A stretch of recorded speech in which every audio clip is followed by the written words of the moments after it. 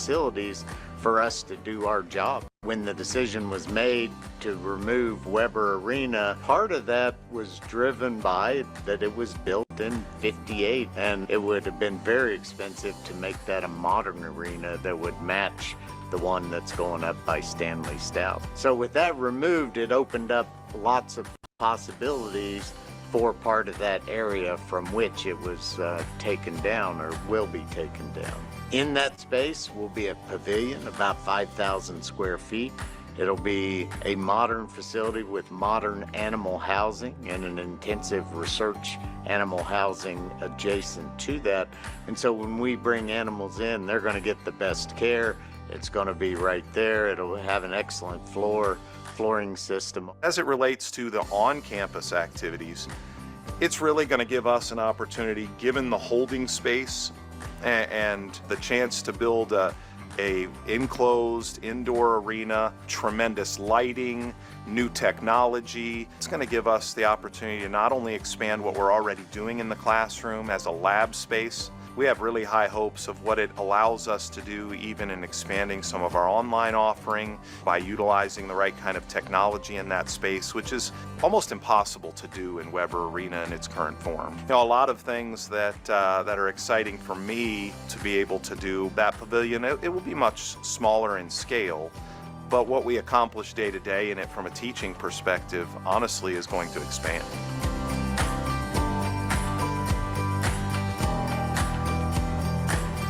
The new arena will set right there and really round out what we refer to as the Animal Science Gateway Campus. Really its own campus with the Stanley Stout, with the purebred beef, now with the arena there and the rodeo grounds and the sheep and meat goat at the bottom of the hill. So it's really a gathering point, as you might expect. People that come and visit campus from across campus and across the country, they really appreciate coming out there and not having to deal with campus parking. On the simplest level, it is a new modern facility that can allow all of the things that used to happen in Weber Hall to continue to happen, and it will allow us to bring in more events and provide more opportunities for extension and education.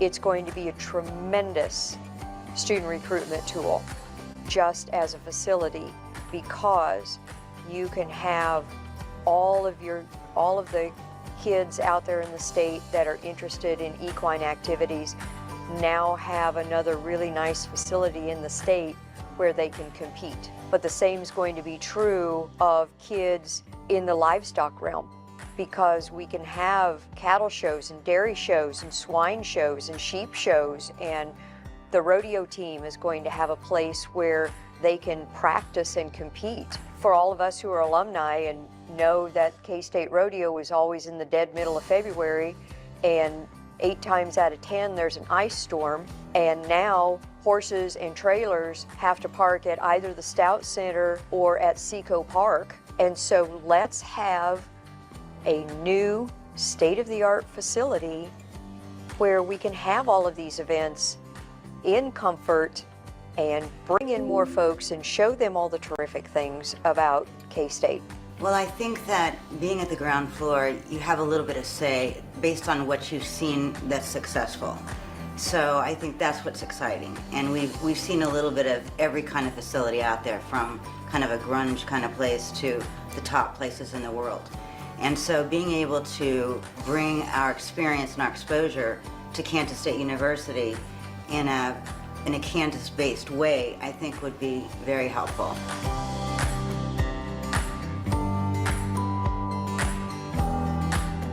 What I will tell you is we're very dedicated to making sure that arena is, number one, there for our purposes, and we're going to stay strong to that. But secondly, we know that there's a lot of groups out there that are tied very closely to animal science.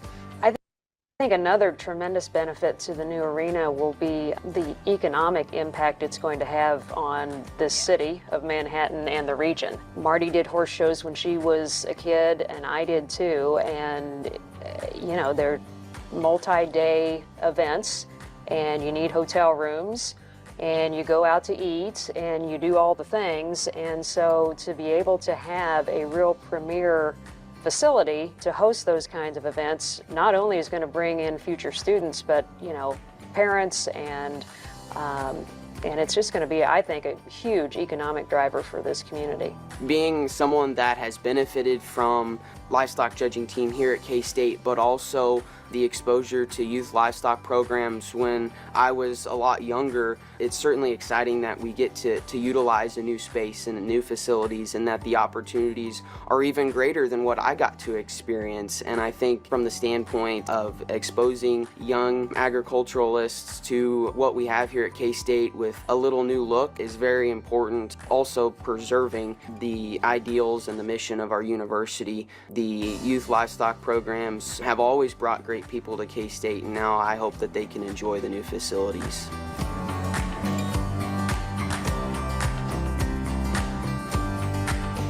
I think that if you've been over and visited what we have today, we have something, right? It's really good. We were here in the 70s and we loved it then, but it's amazing to see it now, right? I mean, campus, all of the things that are going on is so exciting.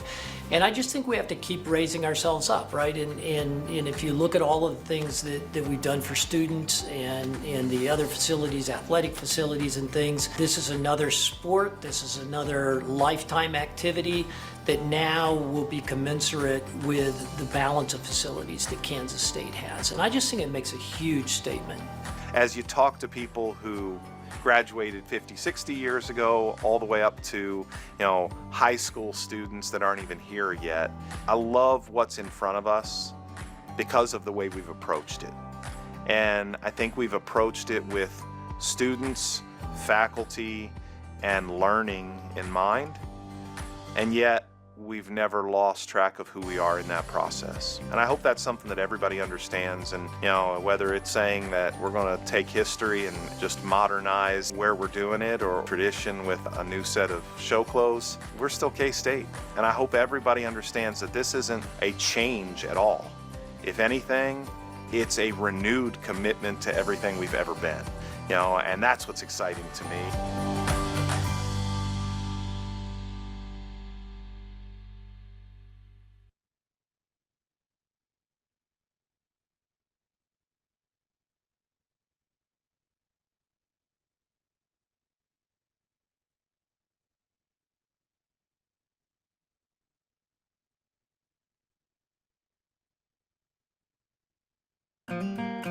Just a few generations back, farming was within arm's reach. Most people knew the responsibility of daily chores, the meaning of a well-timed rainfall, and the challenges of an early freeze.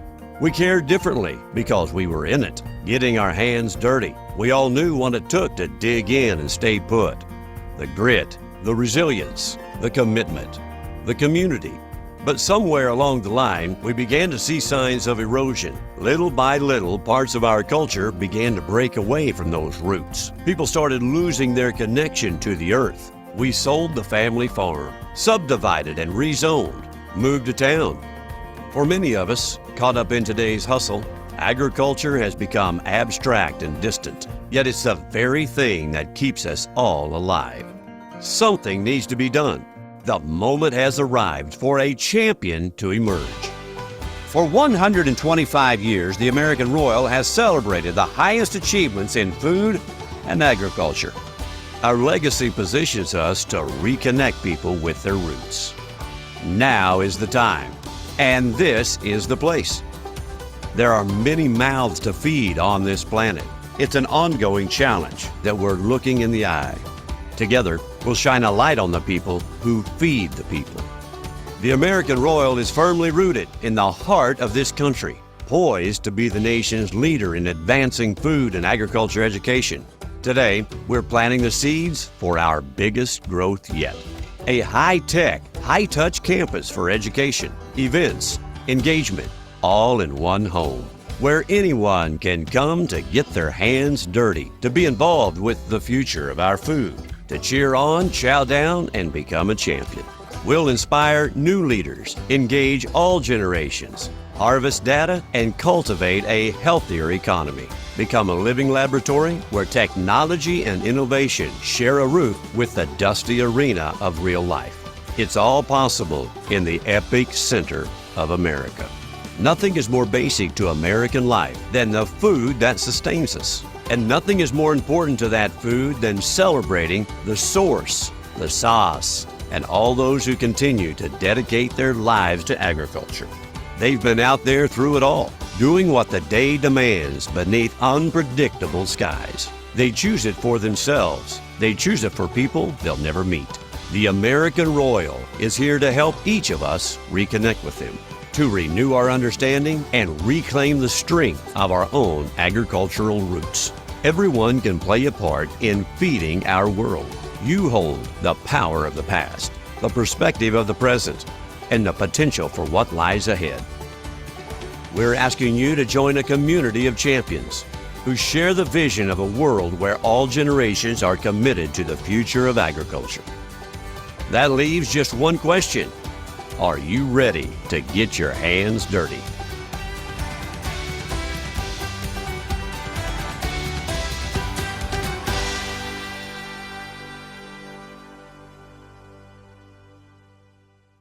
Hi, I'm Kelsey Nordyke, your Kansas 4-H Ag Science Specialist.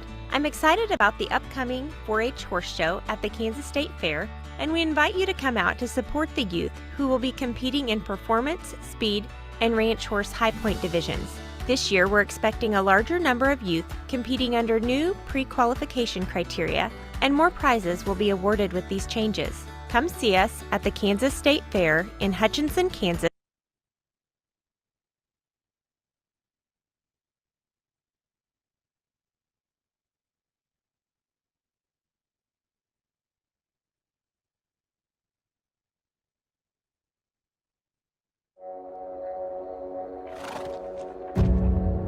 We are here for the experts and here for the novices. Here for the courageous, but also the nervous. Here for the champions, as well as their trainers. Here for the city, and here for the heartland. When we are close to horses, we connect to something deeper within. Our journey with horses helps us become the best version of ourselves. We are the American horse community, and we are here to help you connect with horses.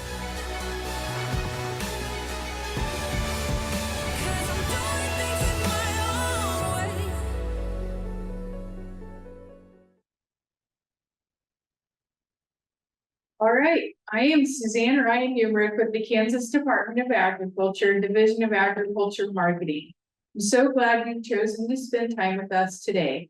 We'll focus the next 1.5 hours on the Kansas equine sector. The equine sector is an important sector of the state's agriculture economy. Before we get started, I want to review a few housekeeping items. During the presentation portion of the meeting, for those on Zoom, please make sure you're muted. If you have a question during the presentation, please submit your question using the Q&A button or chat button at the bottom of your screen. Once the speaker finishes, you can ask your question live along with those who are present here today in person. Written questions and comments will be monitored by the Kansas Department of Agriculture representatives. At any time during the meeting, when asking a question, please include your name, city, and organization if applicable. Lastly, the webinar will be recorded and will be posted online for viewing at a later date. Justine? Thank you, Suzanne. My name is Justine Staten. I'm the Executive Director of the Kansas Horse Council. I want to thank the Kansas Department of Agriculture for supporting and providing this opportunity to present the equine sector priority updates. So let's look at the 2023 priorities that were decided by stakeholders last year as those became the focus of actions over the next 12 months. So the priority list is as follows: review of the 2021 Equine Economic Impact Survey, adding or improving equine expo infrastructure, recognizing consumer demand for entry-level equine experiences, sort of that horse discovery barn thing, and support for a state equine extension specialist, along with defining horses as livestock. And typically we do kind of the top 3 priorities, but the last 3 were kind of a tie for priorities. And that last one, defining horses as livestock, was also a recurrent priority from the year before. So we'll talk about the status of these in a reverse order. So we'll start with priority number 5, defining horses as livestock. So a video campaign to educate viewers that horses are classified as livestock was created and rolled out at last year's sector session. And since then, we've shared it through social media. And also we take kind of a short bullet point note that we put into our Horse Council membership packets, hoping that they'll share that information forward with others. Priority number 4, support for an equine extension specialist. There's still work that needs to be done here. I'm going to ask a rhetorical question and say, could this be a byproduct of the new K-State Indoor Arena? Also providing oversight for operations there as another duty. That's still a conversation to be had. Just throwing that little nugget out there. Next priority, meeting consumer demands for entry-level equine experiences.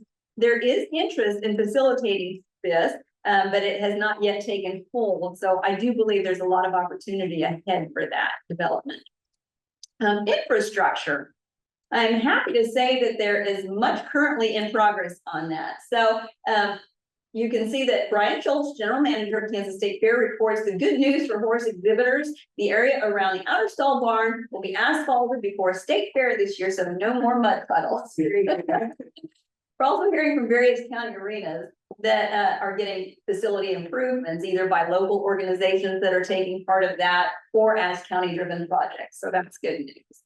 And then Butler County has some exciting stuff going on. They're considering they're really involved, I'd say. They're a little bit further along in the planning progress of doing an indoor arena, a live multi-species. Did you say Butler? Butler County, El Dorado. Yep, and it would be, it's a partnership project that would be taking place at the El Dorado State Park, or built there.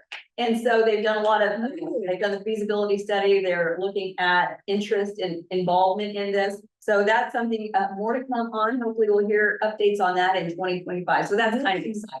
Equine Defense Center or just animal? It would be more like a fairground, multi-species use, but a lot of opportunity for equine, which is why they've involved us. So yes. Nice. Okay. Yeah, super exciting. Okay. Yeah. Hang on, I want to. Can we go back to that? Well, I'll send it to you. Thank you. Yeah, I'll be happy to. Thank you. All right, but before we cover priority number 1, I guess I missed some, didn't I? Sorry, got ahead of myself there.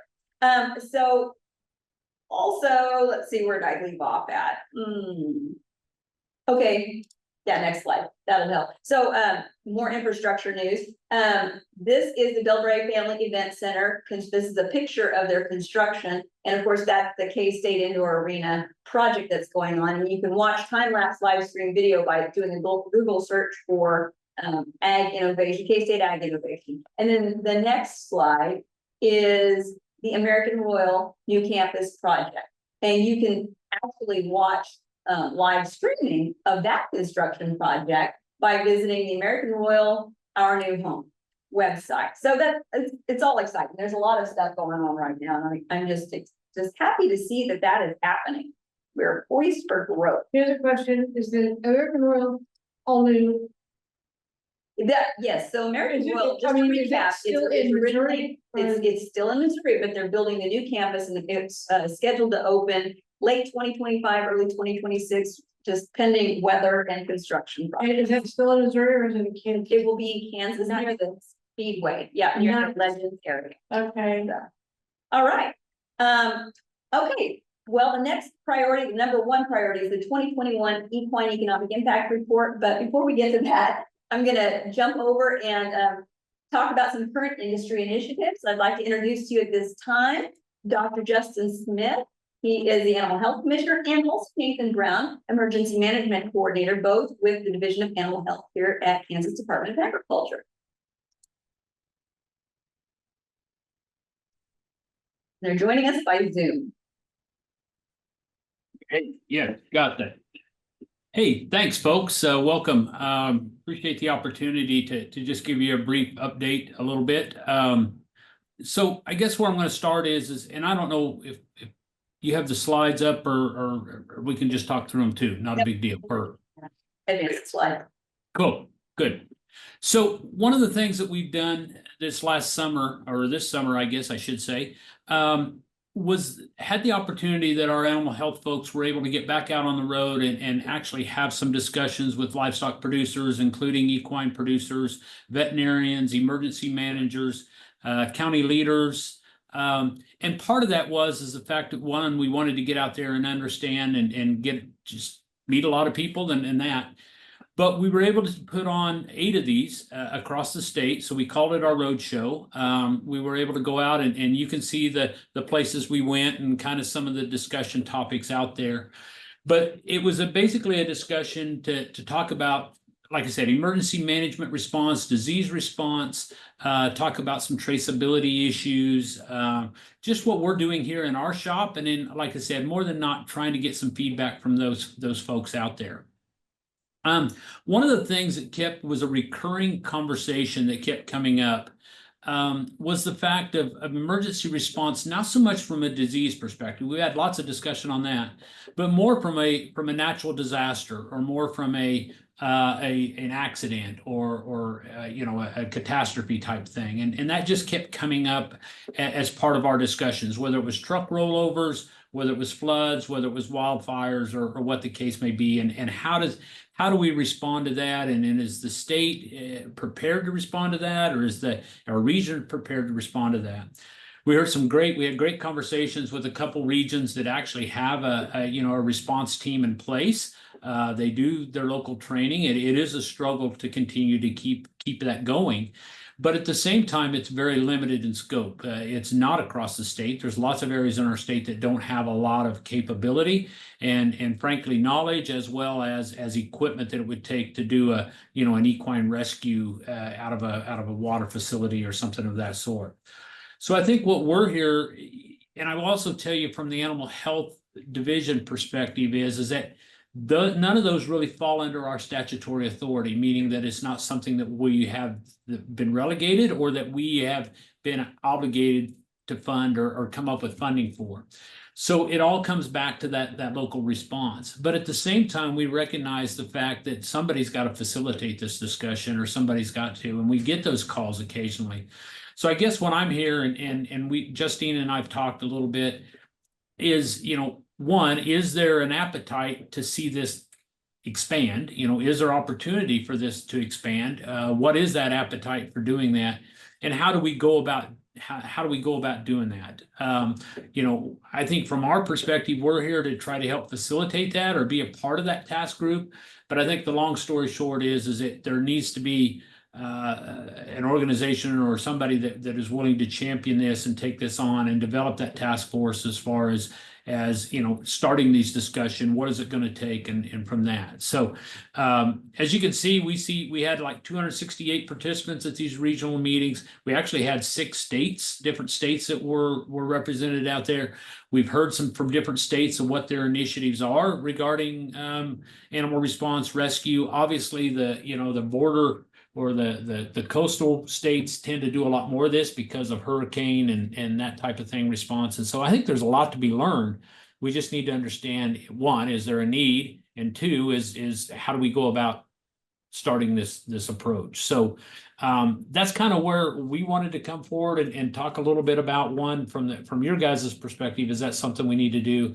And then how do we go about doing that? So Justine, I'm happy to, and I should have introduced him, and I apologize. Nathan Brown's on the call as well. So Nathan is our Kansas Emergency Management Coordinator. So yeah, I would, offer the floor to him if he has some comments to make. If not, I would, attempt to answer any questions or comments that may be out there, if this is the appropriate time. No, thank you, Dr. Smith. No, I think you outlined everything great. I just want to say, you know, as we move forward and follow up with these facilitating those conversations that you mentioned, I just thought these workshops were a great opportunity, and it was very motivating as the emergency management coordinator here at Kansas Department of Agriculture for me about how many people approached us and said, hey, how can I get involved? And so I think that was a great thing, and shows that there's a need out there. And so we're happy to help facilitate that conversation. And as Dr. Smith said, determine the need. So thank you. Yeah, gentlemen, thank you both. I mean, really, the conversation was kind of all over the place, and really it's kind of a big picture of where do we go from here. There's a lot of different agencies, a lot of different players, and everybody kind of has their zone of focus, but what can we offer that would maybe streamline or at least provide a resource, whether it's a calling tree list of regional responders, a list of regional resources, it's something that we could put together that would at least or help be an adjunct to connecting people in an emergency situation as needed, or even an educational as far as biosecurity stuff. So it's a big umbrella there. Also, wow, I live, you know, in between 3 of these cities, and I still don't. So how do I find out about emergency response information or what you're talking about? Are these to the public or just so you can see the list of folks that attended were agency representatives primarily, but that's something that we're going to look at. Is there a piece of training that can be offered to our horsemen and women, or is there something that we can involve you in that would be sort of like that volunteer fireman type responder? Yeah. So that hasn't been had yet. That conversation hasn't really been developed yet. So we're just kind of throwing out the idea of creating a task force to take this conversation further. Okay, that is really what I'm saying. How do we get involved to get be known, get to know some of these first responders, right? And form a channel, a web, if you will, that we can then give help as well as get help. Right. So could we be part of that, or yeah? I mean, we're going to work towards. Especially if that becomes a priority goal at the end of this, as we'll email out a poll. Okay. And if that's something that's of expressed interest, we'll really chase that as well. Good. Okay, good. Very nice. Well, gentlemen, thank you very much for your time. I know you're busy, so if there are no other questions. Happy to do so, and thanks for the invite, and greatly appreciate it. So, thank you. Thanks. Really appreciate your time. All right. So with that rolls us into priority number 1 that is long overdue. The 2021 Equine Economic Survey of Kansas. And that was done in part with the funding from Kansas Department of Ag and the help of statisticians from Kansas State University, as well as just, our reach of our Kansas Horse Council members and beyond. So the 2021 survey looks at population, sales, income, expenses, and assets. And the first survey, of course, was done in 1996. So the 21 survey was long overdue. Since then, there's been many legislative and economic changes that have impacted the equine sector. So also with that, population has decreased over time and technology has certainly advanced. Next slide. So here we have kind of a running list of what you'll see over the next several slides. And so don't worry about trying to read all of that right now. We'll start here with jobs and income data. So jobs supported both direct and indirect. There was in 21 in the measure was about 2,600 jobs. Generated income, so that's workers' wages and business owners' income, was around 107 million. Value added income, such as like labor, services, income, property rentals, dividends, interest accrual, that was around $150 million generated. Looking at direct labor, there was about 31% full-time employed, averaging around $54,000 a year, 38% part-time employed, averaging around $12,000 per year. 31% are considered seasonal, both full-time and part-time. And of that, the full-time seasonal average income was around 30,000, and the part-time seasonal income was around 5,000 per year. Next slide. So next we see the total dollars spent annually on equine ownership and activities with horses, and so with their own horses.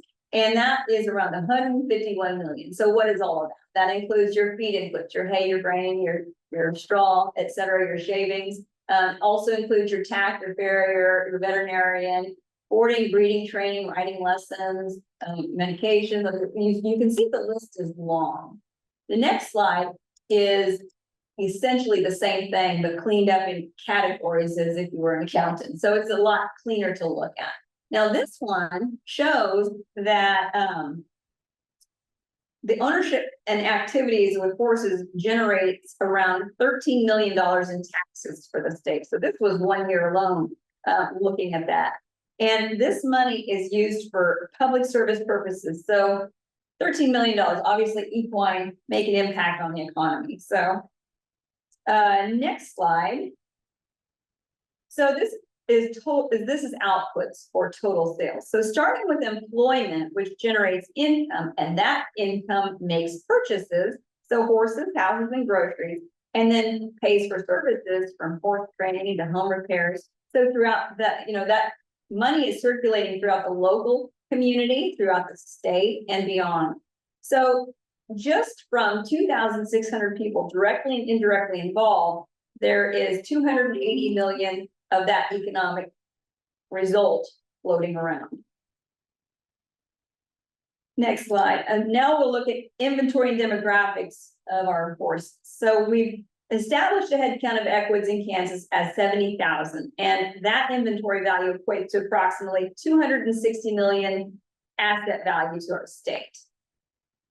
Next slide. The largest breed demographic is quarter horses or quarter horse crosses. The average age of horses in Kansas is around 12, and 42% are used for pleasure or recreation, and 58% are considered working equine. And that's a general working, whether it's a breeding program, a ranching, maybe they could involve racing as well. So just working is the classification there. So next slide, we'll look at land use and building and equipment value. So we figured there's 2.4 million acres in Kansas specifically used for equine. 50% are located in the eastern third of the state, and the average parcel size is 317 acres. And the average equipment asset value is around 60,000. Barns and buildings average around 137,000 in property value. There are about 8,700 equine owners identified in Kansas as of 2021's report. 20% of those report owning additional horses, equine, outside of Kansas. And the total asset value of equine inventory, the horse population plus land, is over $1.4 billion in value. So in summary, value of equine population in Kansas, 260 million. Total inventory value of equines, assets, and real property, over 1.4 billion. Total dollars spent annually, around 151 million for activities and ownership. And number of jobs in Kansas within the equine industry, direct and indirect, 2,600. Generated income around 107 million. So that's workers' wages and owners' income. So recall we saw on the first slide, the population in 1996 versus 2021. So this report was compiled in 2021 early. It was actually measured, the surveys were distributed during 2020, and the results were compiled in 2021. But just before we received that updated registry, just before we completed that, AQHA reported their registration numbers for 2021, and that was too late to include into this survey. So you'll see next slide. In 2021, AQHA reported 73,770 registered quarter horses in Kansas, which was actually up from the year before by about 2,000 new registrations. And in 2023, the count was about 77,937 head, or it was 900, because those were. So that is it, and there of course will be non-registered horses that are not counted here. So there was also another 2,000 new registrations. So new registrations would be foals born, or they could be transfers into the state. So this is looking at one single breed group of registered horses and indicates that we've missed many horses in our 2021 survey. So imagine the impact if we have an accurate population count. All these figures start with the horses themselves, and I'm excited to ponder the real impact, and I'm eager to introduce you now to Julie Broadway, who is the president of the American Horse Council, and she'll share with us today what she has found from the American Horse Council's 2023 Economic Impact Survey. So Julie, welcome. Well, greetings from Washington, D.C. Thank you for the invitation to speak with you today. I have got a number of slides that I'd like to share. So let me see if I can get my screen share working, and we'll take it from here. Slideshow from beginning. Are you seeing my slides? Yes. Awesome. Okay. Well, again, thank you for this invitation. Let me begin by giving you a quick overview of who the American Horse Council is and the work that we do. So we are the national association exclusively representing all aspects of the horse industry in Washington, D.C. We are the voice of the industry, regardless of breed, discipline, profession, whatever your involvement is. We're here for you in DC, and we mostly focus on federal, legislative, and regulatory issues. But from time to time, we do take on state issues and even local issues. My staff and I consider ourselves to be the stewards of this industry. We keep our fingers on the pulse of things that are going to affect our industry, either positively or have unintended consequences for horses or for those stakeholders in the equine community. So our mission is to protect and strengthen the U.S. equine industry. In addition to the council itself, we have a foundation, which is our 501c3, and we support charitable, scientific, and educational and research projects. And what Justine asked me to share with you guys today is about every 5 years, we do a national economic impact study. And so we're going to share the results with you from our 2023 study that are nationwide, and I'll be happy to take questions at the end. There are a number of other initiatives that the foundation performs, and I've listed those here for anyone who has questions about any of those. Please feel free to see me afterwards or drop me a note. So before I get started, there's some myths to dispel here. So there's lots of different surveys that are done trying to estimate the horse population and the economic impact. Let me begin by saying the U.S. Department of Agriculture's National Agricultural Statistics Service, NASS, does an ag census every 5 years. The difference is they only count horses that are on working farms, and that means they exclude a large portion of the horse population. So, for example, their most recent study said there were 372,000 plus or minus horse farms in the U.S., which was 2.4 million horses. The American Veterinary Medical Association does a pet source survey. This is sent to pet owners, and respondents can also report horses they may own. So their number is 1.9 million. The problem with this is our horse population and our industry is far larger than either of those two surveys that are done. And the American Horse Council National Economic Impact Study is the most comprehensive numbers and includes as many aspects of the industry as we possibly can. So what I want to cover quickly is a little bit about how we go about doing this, and then I'm going to cover some key, what I call top line metrics that are really important to us as an industry. So let me begin by saying methodology and process. This study takes us over a year to pull together and to conduct. We send out a series of surveys. There are almost 20 different surveys hitting different stakeholder groups throughout the industry. We also do secondary research. So just like what Justine shared, we go to breed associations and other discipline groups or other manufacturers in the space, and we get statistics from them. So we use those to help cross-reference and validate what we're getting from our surveys, but also help us look for trends that we need to monitor. So it takes a long time to get through all this. We certainly do what Justine just outlined. We do direct, indirect, and induced benefits from these. And this time we also produced an appendices report which got into consumer buying preferences. And I'll hit on just one or two of those, but we offer both reports on our website. You can go out there and take a look at those. So first number that I love to talk about is the number of horse enthusiasts across the US. Now, this is a great metric because it indicates how popular horses are, how relevant we are, and how we're doing with our social license to operate because we've got so many people engaged. So what we know is 30.48% of all US households, or 39 million households, contain a horse enthusiast. Now, an enthusiast is someone who owns a horse. That's that green bubble you see, 1.23%. Someone who participates but doesn't own, that's 19.4%. And then someone who spectates but doesn't own or participate.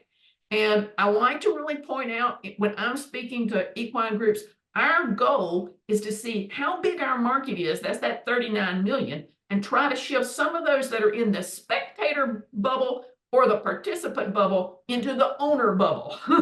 We're always looking for ways to get more people engaged in what's going on out there. I pulled this number out of the study just because I was going to speak to you guys from Kansas. Kansas has 345,000 horse enthusiasts, according to our statistics. So you got a great audience to appeal to draw from out there. Now, I'm going to compare and contrast.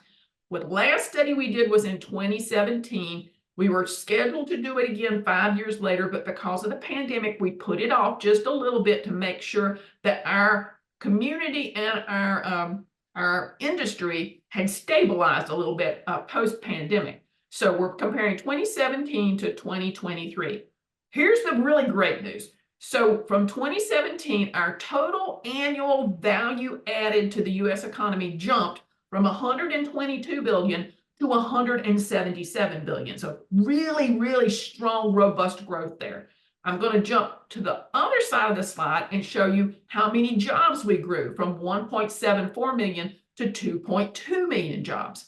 Obviously, that means that salaries, wages, compensation went up 79 billion to 122 billion. So these are my top line numbers when I'm meeting congressional members or federal agencies, because I want them to see how robust our industry is.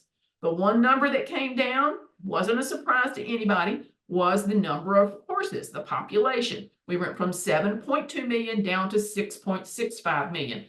Didn't come as any surprise because we've seen some breeding statistics that tell us there's a little slight decline. So I'm still really overall very pleased with 6.65 million. We're holding really, really good and steady there. Now, we break our industry into a couple of sectors. So I've pulled these out to just give you an example. So the recreation sector are generally our pleasure riders, people who are out on trails or have horses in their pasture backyard who might just be pasture pets or pasture mates for others. So you'll see this is our largest sector by horse population. This roughly accounts for 2.8 million horses out of the total. And so we're really pleased to see that it's got a really great annual added value here of 36.7 billion, really strong. Our competition sector is any type of competition excluding racing. Racing got its own sector, but it can be polo, it can be hunter jumpers, it can be any kind of involvement in competition. And this is a really strong sector also. It's smaller in horse population. It's at 1.1 million horses, but it went up tremendously from 2017. It went from 28 billion in annual added value to 37.3 billion. So we're seeing a lot of growth in that sector. Racing, which includes all types of racing. This is thoroughbreds, this is standardbreds, this is quarter horses, any breeds that race. This sector continues to be pretty strong. There's about 1 million horses in the racing sector, but its total value added for this particular survey tended to be flat. They were about the same annual total value added. Now that's a little contrary to what we're hearing anecdotally from others. We are seeing major investments, capital investments in racing facilities. We're seeing historical horse racing. I just came home from the National State Legislators of Gaming Conference and speaking to them, and they're all seeing growth in a number of states in these areas. So we think this one is a little bit soft for this number, but that's where we were. Our last sector is working horses. Now, working horses we defined as horses that are used for a specific job: ranching, dude ranches, packers, mounted police, carriage operators, and equine assisted services. These horses go to work every single day. And this is our smallest sector. There's only about 520,000 horses in this sector, but it too also jumped up in its annual value added. It went from 4.5 billion in 2017 up to 6.4 billion. So we're seeing some growth. I think the equine assisted services sector, which is our equine therapeutic riding sector, is one of our strongest growing sectors right now. We're really seeing a lot of movement there.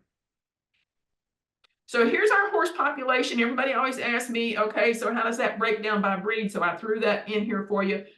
You've got quarter horses, thoroughbreds, paints, standard breds. Those were all at the top in 2017. New moving up into the top 10, we're really impressed, were mules and donkeys. First time we've seen them break the top 10. You've got Arabs, you've got warm bloods, and miniatures broke the top 10 this time around. So we were really impressed with some of the changes that we saw in the overall composition of the population.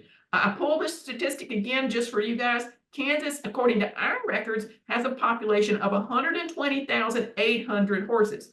Now remember, that's going to be different from what Justine shared with you, because I believe your survey worked in conjunction with the National Agricultural Statistics Service. So you're only seeing a small subset of your whole population in your survey, whereas what we're telling you is this is all horses at all different types of jobs and professions. So an important number to note there. So I also say, be sure to compare the number I gave you of how many horse enthusiasts to how many you have in population, because that's going to tell you what your growth opportunities are there. I'd like to share this because it always is a pending question. Everybody says, which states are the most robust?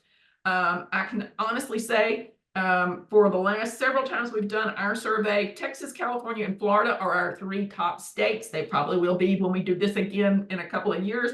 But the other states tend to move around: Oklahoma, Kentucky, Ohio, Pennsylvania, New York, and so on. So they'll sort of shift around after the top 3, but the top 3 are pretty steady right up there at the beginning. Now, something that's very important to the American Horse Council to ensure we maintain our social license to operate and we're good stewards is about green space, land preservation, and thinking about environmental sustainability. So this is one of our new metrics that we've done the last year or two, which tells us that according to our calculations, you've got 12.5 million acres of equine-related land across the country. 62% of horse owners say they own or they lease property. And I put a little arrow there to show you where Kansas is, right down there, the 359,000 acres.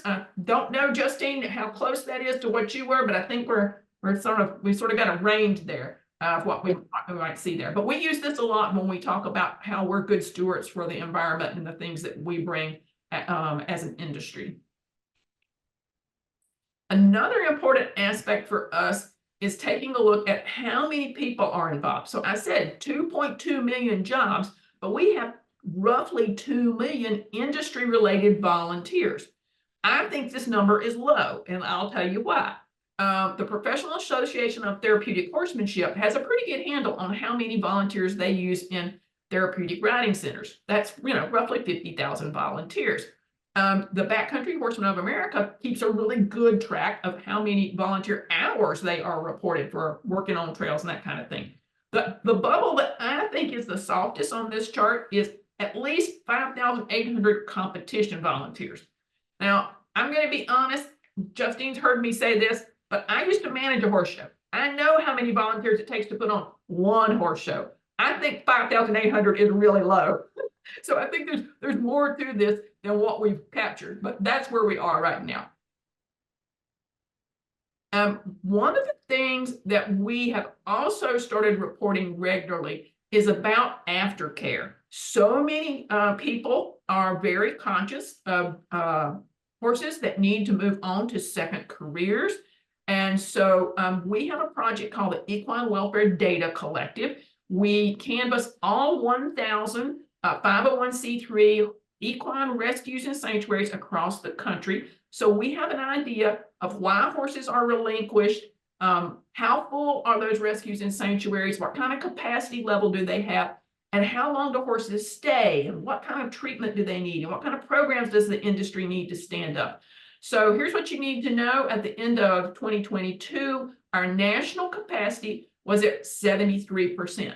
That means we've got a little room if we need it, but what we clearly heard from the rescue and sanctuary founders and operators is that they might have some space, but they don't have the manpower or the financial resources to take in more horses. So this is a challenge.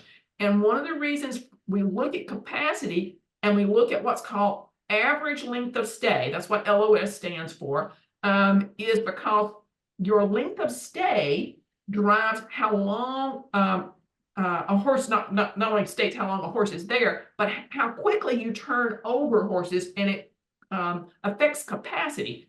And a lot of the general public don't understand that when you relinquish a dog to a shelter, their average length of stay is 60 to 90 days. A horse is relinquished to a rescue or sanctuary, they're there on average 302 days, almost a full year.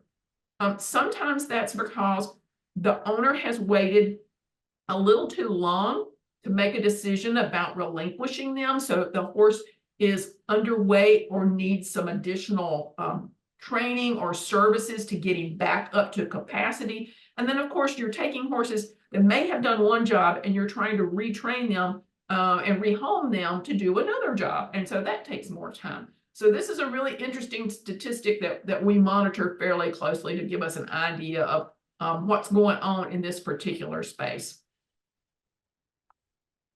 Now, I mentioned this appendices that we did. So the appendices this time ask all kinds of questions about consumer purchasing decisions, like if prices stay high, are you going to shop around? Are you going to cut back? What options do you have? Are you going to own less horses or more horses if you feel financially pinched? All those kinds of questions. So there's lots of good data there.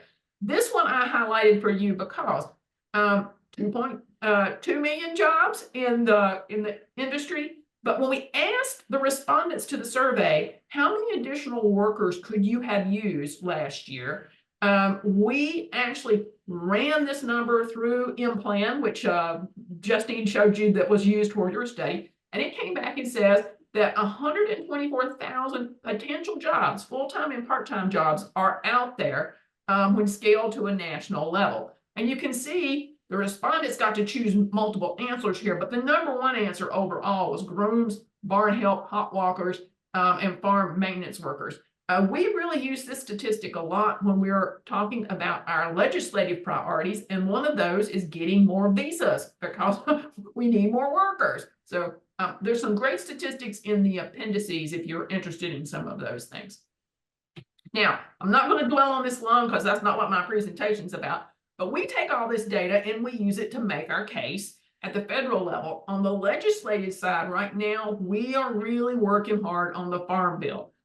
We need funding for the Horse Protection Act. We need the National Animal Disease Preparedness and Response Program, the Vaccine and Countermeasure Bank, the Health Laboratory, the list goes on and on. And the one thing that I'd like to point out to you guys is down here on the bottom, we are asking for a complete horse census by the U.S. Department of Agriculture. And the reason is because all of these programs that are part of the Farm Bill are funded and sourced based upon USDA's horse population number, not on the total population number. And we believe that if we were to ever have a serious disease outbreak or we would need some assistance, we're not going to have what we need in order to ensure solid herd health in the United States if we don't get us and them on the same page with the total population. So we're talking about that for this evening. Here's a bunch of other things we're working on. Of course, farms are often inherited through families, so estate tax, horse depreciation, volunteer tax appreciation bill is being considered. We're looking again, I said, at labor policies, those kinds of things. The Great American Outdoors Act, the American Outdoor Recreation Act, biking on long distance trails, all of those affect our recreational trail riders.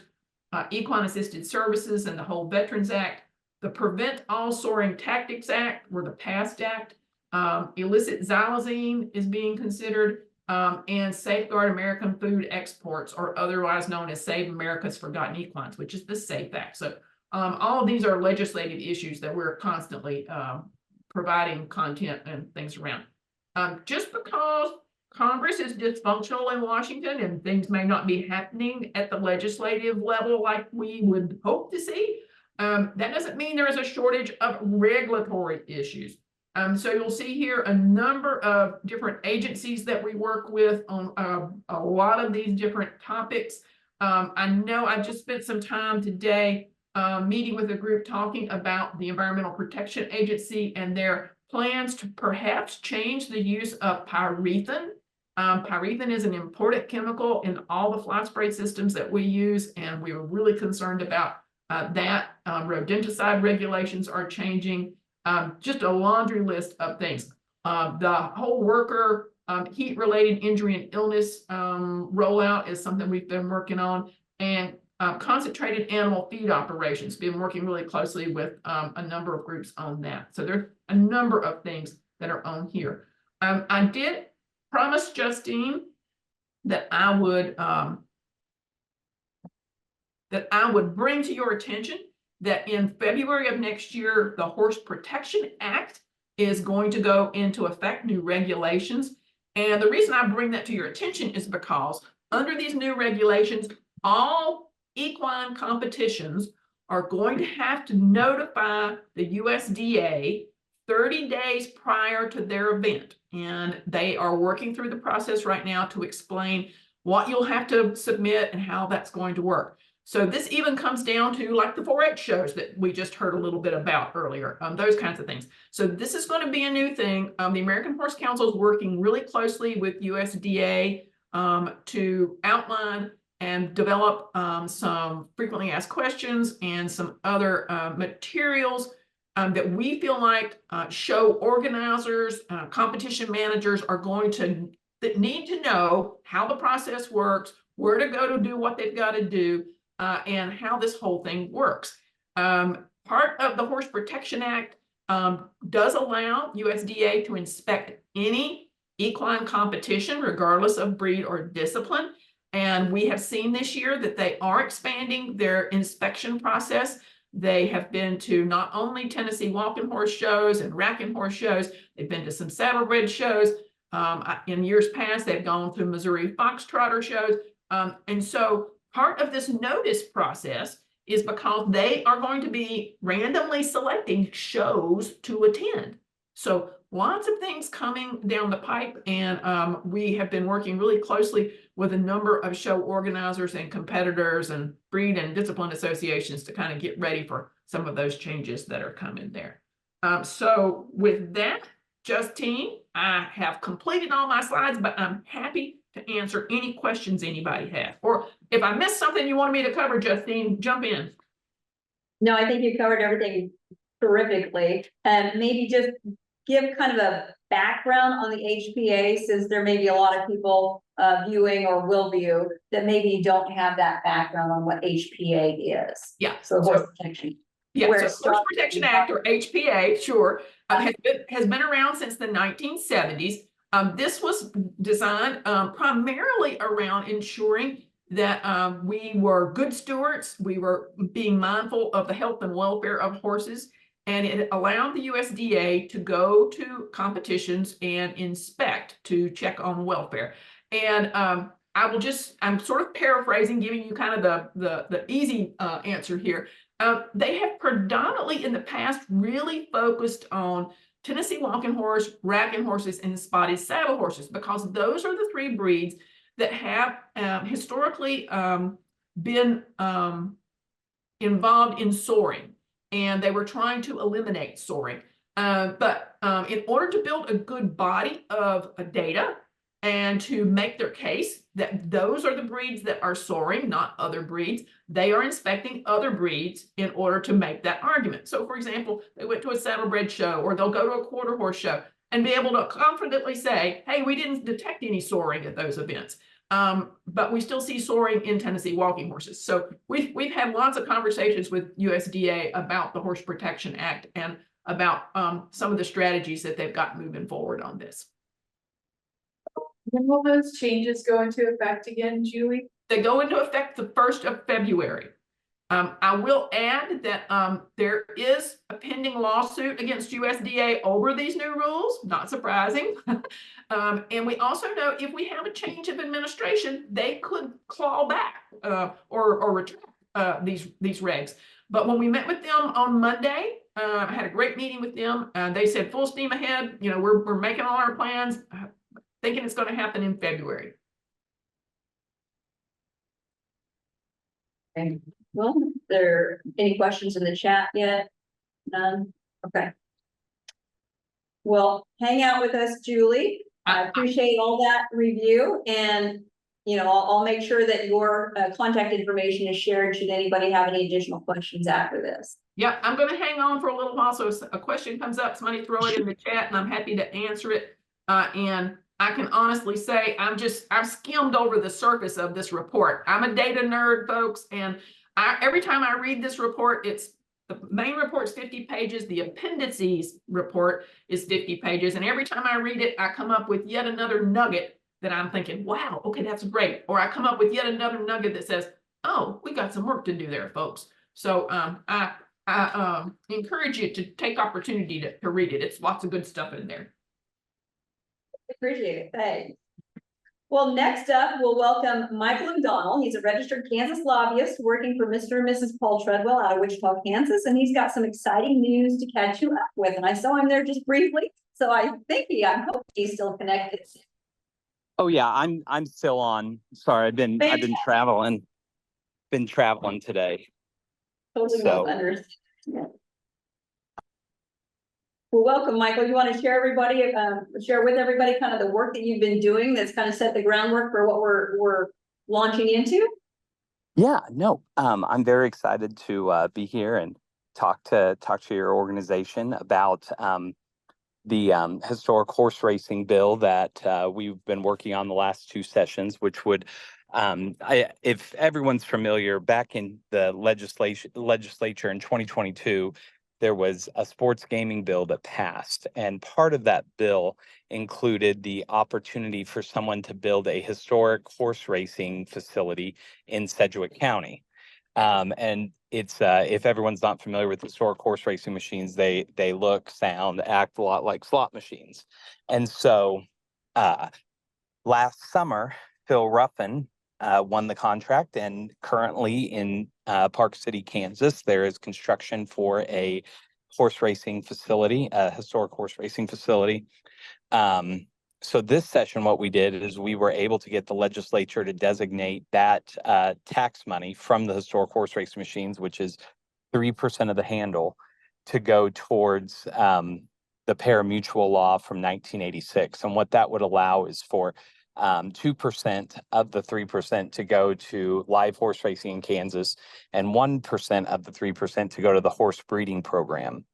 Mr. Ruffin is slated to have the dog track open in September of 2025. So we're right at about just a little over a year away from that happening.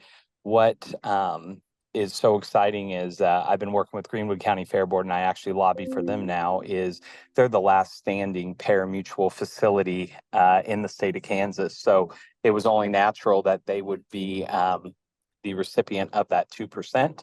And that's what the legislation was able to provide. And we were also able to get a grant from the state for $2 million to start fixing up Eureka Downs. So since May, I've been working with Justine, keeping her updated on all of the processes that we're going through currently with the Kansas Gaming and Racing Commission and the Greenwood County Fair Board. So I don't know how many people are familiar with the horse breeding program, but because it's been so long since it's been active, but it would help horse breeders. They would get that money to start breeding in the state of Kansas. So that's just a little bit of background, but I'm here to answer any questions. We have one on the board. What kind of money is it gonna take to fix up Eureka Downs to be, I'm pretty sure it's pretty dilapidated right now. The Greenwood County Fair Board's actually kept it in pretty decent shape. We started with the $2 million grant, which will be able to, the track will take between $1 million and $1.5 million to fix up. But the actual grandstand and facilities are in decent shape, not great shape, but they're in decent shape. But that would provide a few $100,000 to put a lot of makeup on that facility and maybe build another barn or two for the horses for when they're there for racing. Thanks. All right, so really kind of what we need to do is encourage our horsemen and women who may be interested in getting into racing to get involved with your Kansas Quarter Horse Racing Association or your Kansas Thoroughbred Racing Association, where those groups are beginning to reassemble. And it's going to be imperative that if you have the slightest bit of interest, get those mares picked up this fall that are bred. You want them to get, foaled in Kansas, and you want to get your paperwork in. And I'm going to be sending out links for the, this is your Kansas Bred Program registration application that can be found on the Kansas Racing and Gaming Commission website, but I will certainly be making promo campaigns with links to make that easily accessible.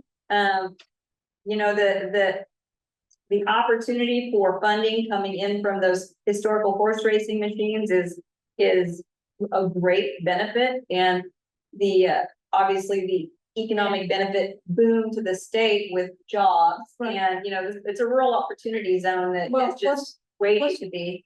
Traffic, right? Because there'll be people from other states coming in for the race. Absolutely. So all the visitors and the hotels and stuff too. Yeah, so we can kind of talk about all of the potentials there, and so we'll bring Julie back on, and Michael, if you have another minute or two, let's kind of talk to everybody about the potentials. Of course. Let's get everybody excited about this, because I'm certainly excited about it, if you can't tell. Just the number of breeders coming back in the state. Well, I have the 1996 report, and we showed you that the population count had decreased, and that was primarily because most of our breeders, our racing breeders, had moved their businesses across the state line to Oklahoma. And even I had even toured Lazy at one point in time, and they were talking about how most of their business came from Kansas back in the early days. And so they picked up a tremendous number of our folks who moved their business across state lines to take advantage of the Oklahoma Breeders Incentive Program. So now, they can, and I don't care if they have a farm in both states, there's more to go around, but we need to reestablish those breeders in Kansas to take advantage of that pot of money that's going to be developing. And, really that's going to be a boon to our state, because it's going to be, the dollars circulating and buying hay and buying feed and buying trucks and trailers, this, and the jobs that it creates. So, Julie, do you have anything to add on that? No, I certainly totally agree with everything you just said, Justine. I think the real challenge in states that have tried to grow their racing sector is getting that message out, getting that narrative across, helping people understand the benefits that they are personally going to get, as well as how much the local and state economy is going to grow from doing all this. So you're spot on. Oh, okay, attendance plays part of this too, doesn't it? Crowd attendance, because the more crowds, the more racers are gonna show. Right. So, and Michael, feel free to jump in at any time. But we're talking. This is a boon for Department of Agriculture and a boon for Department of Commerce. When you're talking, you got agritourism going on. You've got the breeders and farms it's creating, and the rural opportunity zone with jobs, etc. So, Michael, I know that you've kind of looked at the potential. You've used examples from Oklahoma and Wyoming and a few other states that have the historical horse racing machines that have really just been around, what, the past 6-7 years? Yeah, not even a decade, not even a decade. And like, I was just talking to someone the other day that Wyoming is now, I think they're opening their 3rd track because of the funding from the historical horse racing machine. Really? So, Michael, do you want to kind of talk about what that potential money looks like that can be spread to to potentially get our breeders and our racehorse owners excited? Just it's anecdotal at this point because it's not. Absolutely. So we have gone very. We're estimating about $15 million a year in tax revenue. The first $2 million goes to rules and regulation in the Kansas Gaming and Racing Commission for oversight and for enforcement. So we're looking on a conservative side of about $13 million, and then a third of that will go to the breeding program. So say, $4.5 million probably, and that's on year one. That we're thinking will be able to be in that program. And Oklahoma isn't even substantially higher than that. I've heard they're around the $7 million range, and they obviously have 3 racetracks. And I heard between the 3 racetracks, they're looking at 200 days a year that they race. We're looking at about 20 days probably for thoroughbreds and 20 days for quarter horses. So we feel like that there will be more than enough revenue to go around for all the different breeds currently. Yeah, and I think I've mentioned quarter horse and thoroughbred, but definitely the Appaloosas have expressed interest in joining us and the Paints as well. So, and then the other thing, there may be enough money there to expand that to different other incentive projects that are Kansas bred, maybe that second career concept for our former racehorses that are Kansas bred. They'll still have to be Kansas bred to tap into that. So things to be thinking of. Anyway, well, if there's nothing else to add or contribute or no questions, certainly be don't see any questions in the chat. I can Yeah, sense and if anybody does have questions, Justine, you can put them in contact with me. You have both my cell phone and my email address. And I don't know if you saw the email today, but we're meeting with the Kansas Gaming and Racing Commission on August 6th. And you're of course invited to that, Justine, if you're available. But we want to start talking about what the rules and regulations are going to be, not just on the live horse racing, but also the breeding program. Because I feel like after that, you're going to have a lot more information to send out to the horsemen and women of Kansas to say, hey, this is what it's going to look like for you. This is the benefit you're going to receive to start breeding in Kansas. So I think once some of that's ironed out, we're hopefully going to have a large amount of people that are going to participate in it. Because like I've told you, Justine, and for everybody else on the call, I feel like the longevity of this program of live horse racing is going to be dependent upon how many horse breeders there are in Kansas, because I would envision a scenario where we have horse breeders in every county, and that's going to be our backbone of this project. So they're all going to advocate for the long-term success of this, because we've already lost it once. We don't want to start up a program and have it not be successful and not be long-term. And having agriculture be so important. I talked to some of the people down in Oklahoma. The horse sector, it's the 8th largest sector of their economy, which is just mind-blowing because it doesn't even register on Kansas. But that's because of the horse racing and the horse breeding program directly. So this is a huge economic opportunity for the state and particularly for the horse breeders. Fantastic. Carrie?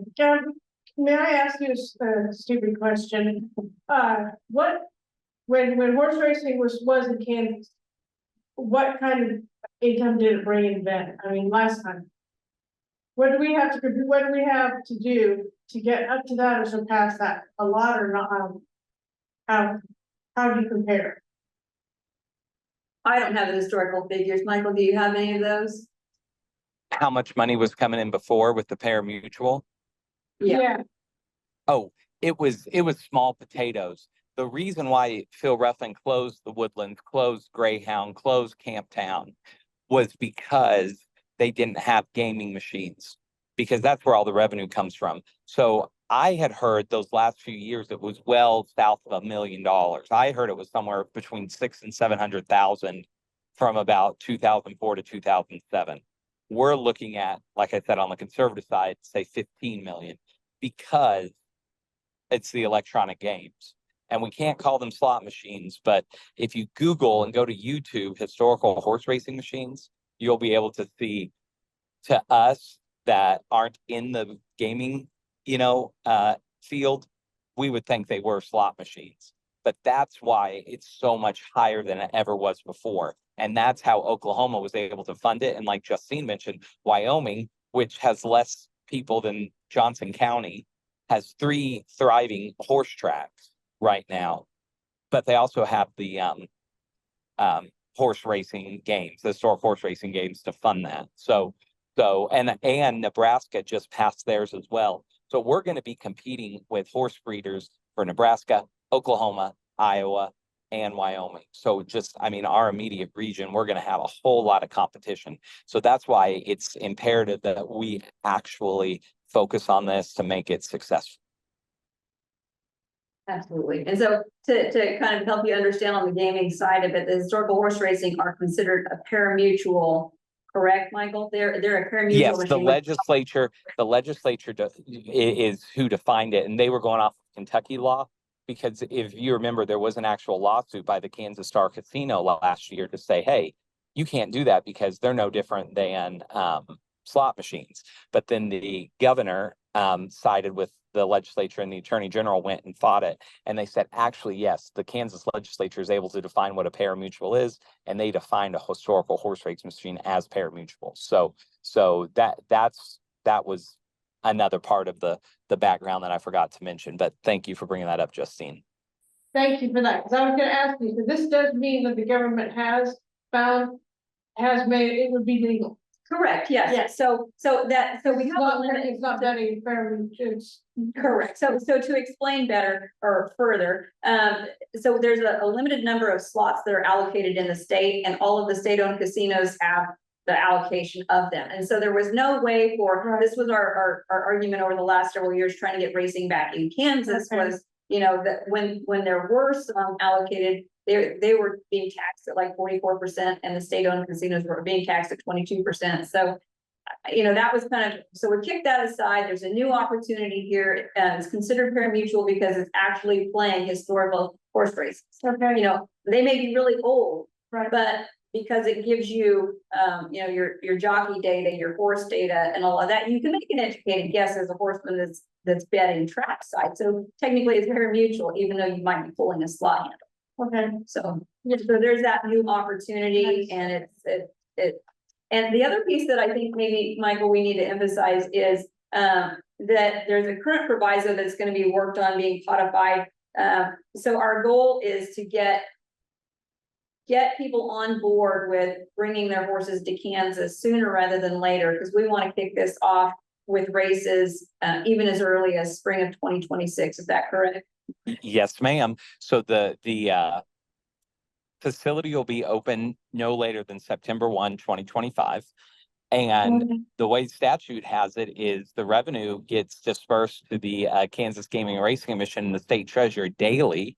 They submit their receipts, and then that gets remitted monthly it'll get remitted monthly to the Horse Breeding Fund and also to the Greenwood County Fair Board. So one of the questions when you and I go, Justine, on the 6th, which is actually my birthday as well, so you'll be able to buy me a nice present. We're going to find out exactly who needs to control that horse breeding fund, who are the members of this board, because it'll be here before we know it. Great. Oh, I'm excited. All right. Where is the facility again? So this would be in Greenwood County at the Eureka Downs. Oh, Eureka Downs. Yeah, and Eureka Downs has been in operation for, I think, 152 years, something like that. It's the oldest racetrack west of the Mississippi.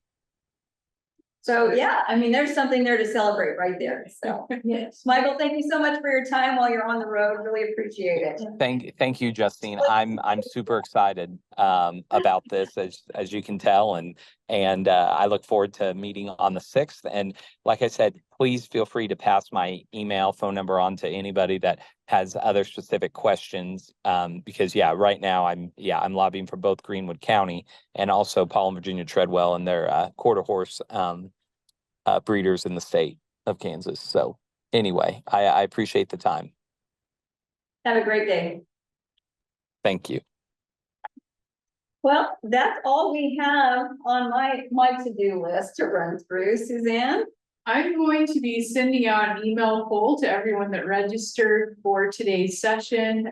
You'll see the priorities up on the screen that you'll be receiving via email. Please participate in that polling session. That gives Justine and the Kansas Horse Council more guidance of priorities to work on in the coming year.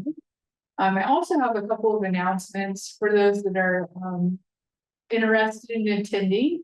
Our 9th annual Kansas Governor's Summit on Agriculture Growth will be held on Wednesday, August 21st from 8 a.m. to 2:30 p.m. at a new location this year, the K-State Alumni Center on the K-State campus. We hope you can join us for that, or the social, which will be held the evening prior on Tuesday, August 20th from 5:30 to 7:30 p.m. also at the K-State Alumni Center. We just ask that you register for those. It's free to attend, but you get a meal. So if you could just go to the KDA website, you can find registration information there. I mentioned earlier the session was recorded. It'll be posted online if you need to rewatch it or want to share with others that may have missed it. And I just want to thank everyone for their participation today. A lot of great information and good speakers. Thank you. Thank you, Suzanne. And I'll be sure to share out again, because we put the KDA in our newsletter, but I'll post everything on Facebook too. So Awesome. Good. I love that. Thank you. all right. We're at the conclusion. Horses are defined as livestock in the USA, and they always have been, though in the mid-1990s that concept started changing. HSUS and ASPCA started classifying horses as pets for persuasive campaigning. Though horses are sensitive to their surroundings, can provide emotional support to people, make nice companion animals, and can be trained for purposeful uses, they will forever be livestock. They graze throughout the day, they only sleep around 3 hours a day, they require larger dwelling space than typical household pets. You wouldn't take them for rides in your car and you don't sleep with them in your bed, right? Though their farm and agricultural duties may have evolved over time, their general maintenance requirements have not. While the type of cart they can pull has modernized, that does not change their skills or abilities to pull weight 3 to 4 times their body size. You may think it would be fun to just take your horse to work with you, let it lay at your feet by your desk. Will you tell it to load up in the car's back seat? Just because someone else doesn't make it a good idea. You can think it a pet, or an ATV, or a race car, but that doesn't make it really change. And in 2018, the USDA Farm Bill declared horses are livestock. The Kansas Constitution and statutes surrounding animal welfare and livestock all classify horses as livestock. To change this would have many negative implications for horse owners and breeders. Horses losing livestock classification would impact taxes and funding, research and medication access, animal keeping regulations, and liability law benefits. Repeat after me. Horses are livestock.